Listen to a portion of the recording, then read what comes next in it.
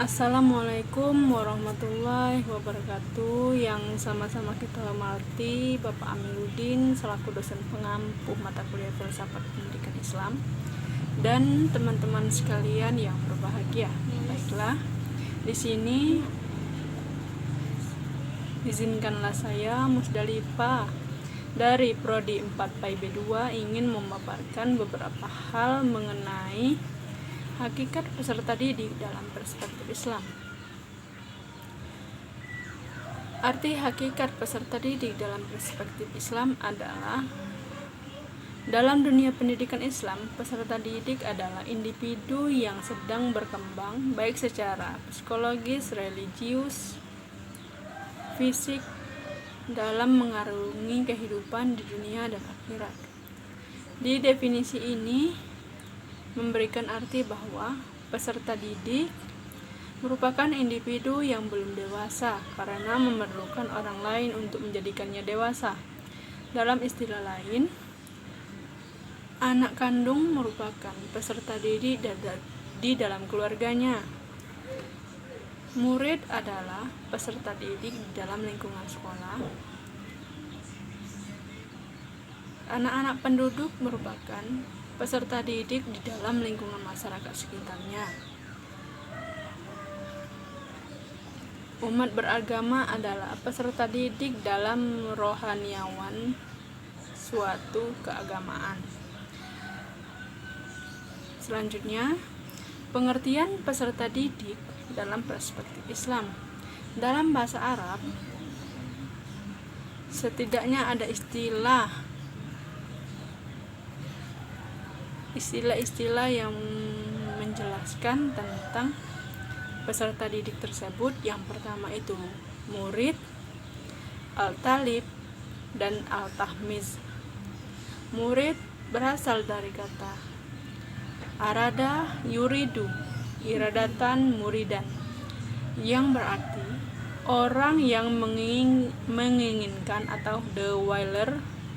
Peserta didik adalah orang yang menghendaki agar mendapatkan ilmu pengetahuan, keterampilan, pengalaman, dan kepribadian yang baik untuk bekal hidupnya di dalam dunia dan akhirat. Dengan belajar yang sungguh-sungguh, mereka bisa mendapatkan ilmu pengetahuan dan hal-hal baru yang mereka inginkan. Sedangkan al-tahmiz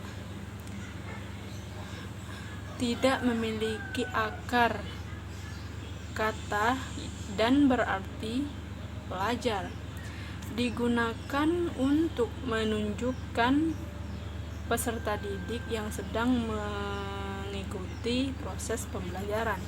Sementara al-talib, kata dasarnya yaitu talaba yutlibu, talabatan talibun, yang berarti orang yang mencari sesuatu hal yang menunjukkan bahwa peserta didik adalah orang yang mencari ilmu pengetahuan, pengalaman, dan keterampilan dan pembentukan kepribadiannya untuk bekalnya di masa depan agar kehidupannya bisa membaik dan bisa merasakan hidup yang tenang, bahagia, dan dalam dunia maupun di akhirat. Yang kedua, karakteristik peserta didik dalam perspektif Islam. Menurut Rasyidin dan Nizar memberikan penjelasan mengenai peserta didik atau anak didik dalam perspektif Islam harus memiliki beberapa karakteristik yang khusus dan yang baik, antara lain. Yang pertama, peserta didik bukanlah merupakan miniatur orang dewasa yang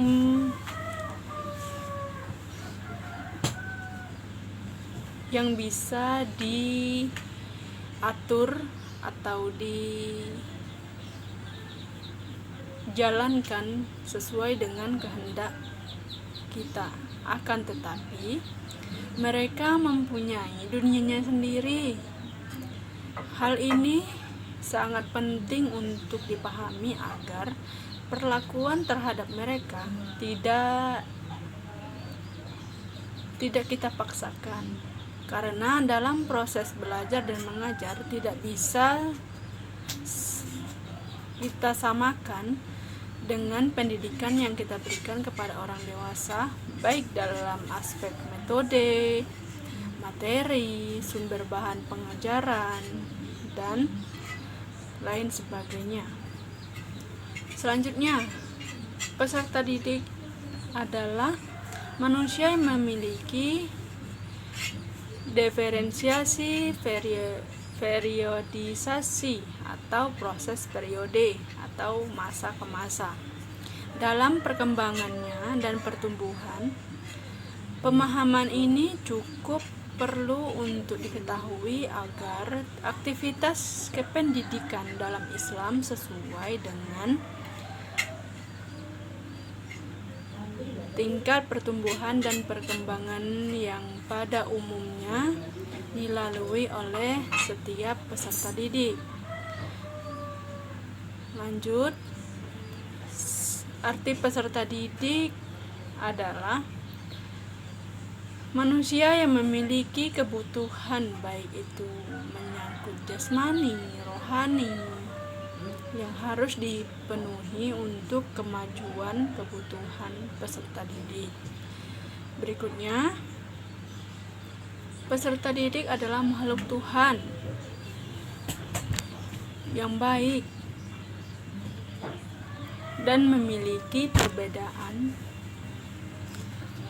secara individu, baik yang disebabkan oleh faktor pembawaan lingkungan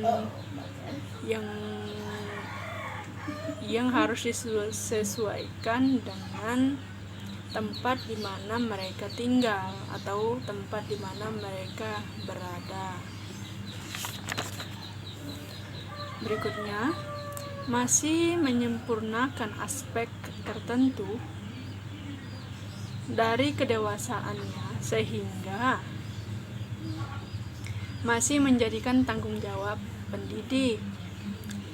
Berikutnya, memiliki sifat-sifat manusiawi yang berkembang secara terpadu, yaitu yang pertama, kebutuhan jasmani atau fisik, kebutuhan rohani atau non-fisiknya, sesuai dengan perkembangan yang terjadi pada setiap diri peserta didik.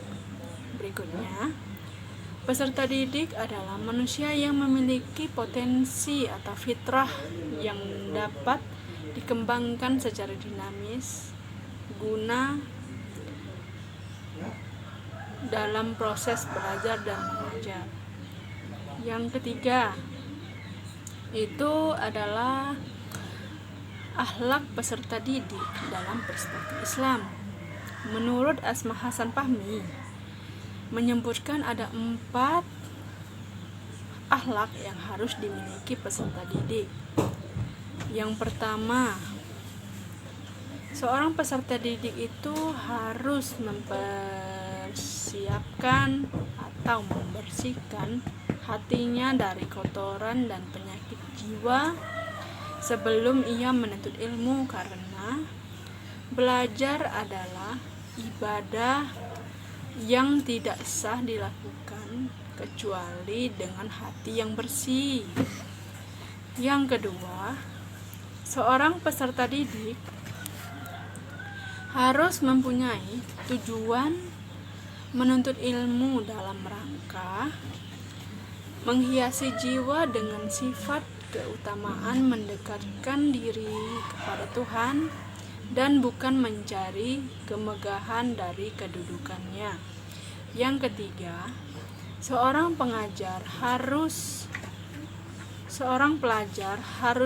tabah dalam memperoleh ilmu pengetahuan yang ditransferkan oleh guru dan bersedia pergi merantau ke tempat yang jauh untuk memperoleh ilmu pengetahuan yang ia miliki dengan cara mengembangkan pengetahuan yang dia miliki dan tidak memiliki sifat keraguan-raguan untuk menuntut ilmu pengetahuan guna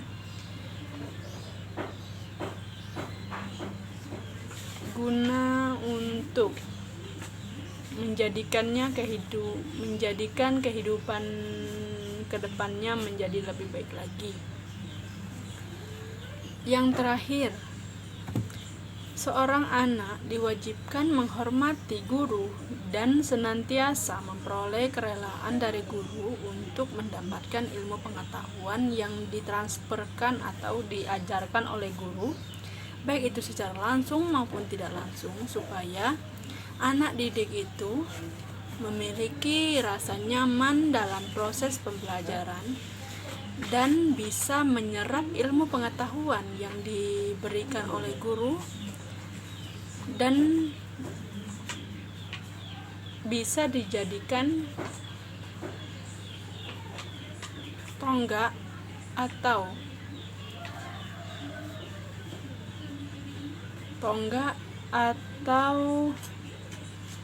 dasar supaya peserta didik memiliki ilmu pengetahuan yang memadai dan bisa berguna untuk kehidupannya di masa yang akan datang. Baiklah, mungkin hanya itu yang dapat saya jelaskan. Kurang dan lebih saya mohon maaf. Saya akhiri. Wallahul muwaffiq ila aqwamit thoriq. Wassalamualaikum warahmatullahi wabarakatuh.